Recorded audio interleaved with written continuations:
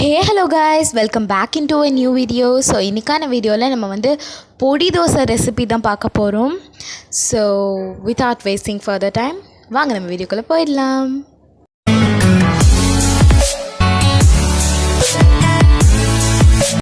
பொடி தோசை பண்ணுறதுக்கு நல்லா காஞ்ச கல்லில் இந்த மாதிரி நம்ம ஆனியனை எண்ணெயில் முக்கிட்டு இந்த மாதிரி நல்லா தேய்ச்சி விட்டோம்னா நம்மளோட தோசை ஒட்டாமல் சூப்பராக வரும்.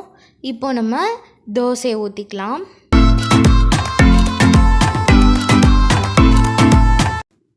தோசையை ஊற்றின உடனே நம்ம வச்சுருக்க இட்லி பொடியை எல்லா பக்கமும் ஸ்ப்ரெட் ஆகிற மாதிரி நல்லா தூவி விட்டுக்கோங்க. இந்த இட்லி பொடி ரெசிப்பியை நம்ம சேனலில் ஆல்ரெடி போட்டிருக்கோம். அந்த வீடியோவை பார்க்காதவங்க நான் டிஸ்கிரிப்ஷனில் லிங்க் கொடுக்குறேன், அங்கே போய் செக் பண்ணிக்கோங்க.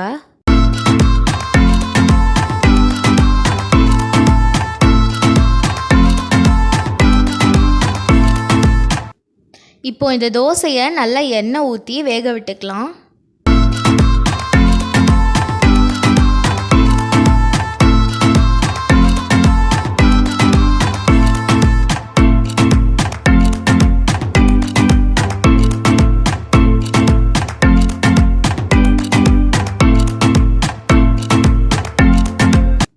இப்போ இந்த தோசையை நம்ம திருப்பி போட்டுக்கலாம். திருப்பி போட்டு நல்லா வேக விட்டுக்கலாம்.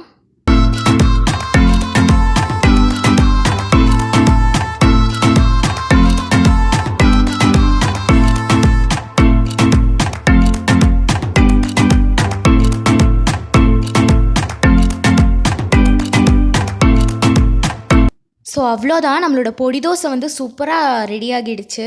ஸோ இதை வந்து நம்ம ஃபோல்ட் பண்ணி சர்வ் பண்ணிக்கலாம் சூப்பராக.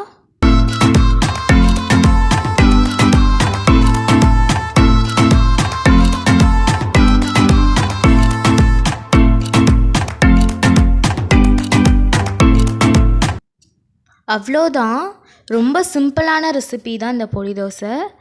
ஸோ அவ்வளோதான் ஃப்ரெண்ட்ஸ் இந்த ரெசிபி. இந்த வீடியோ உங்களுக்கு பிடிச்சிருக்கோம் அப்படின்னு நினைக்கிறேன். அண்ட் நம்ம வந்து ஆனியன் தோசா ரெசிபியும் நம்ம சேனலில் போட்டிருக்கோம். அதோட லிங்க்கையும் நான் டிஸ்கிரிப்ஷன் பாக்ஸில் உங்களுக்கு லிங்க் கொடுக்குறேன். அண்ட் அதையும் போய் செக் பண்ணிக்கோங்க. ஸோ ஹோப் இந்த வீடியோ உங்களுக்கு பிடிச்சிருக்கோன்னு நினைக்கிறேன். இந்த வீடியோ பிடிச்சிருந்தா லைக் பண்ணுங்கள், ஷேர் பண்ணுங்கள், மறக்காமல் சப்ஸ்கிரைப் பண்ணுங்கள். ஓகே ஃப்ரெண்ட்ஸ், பாய்.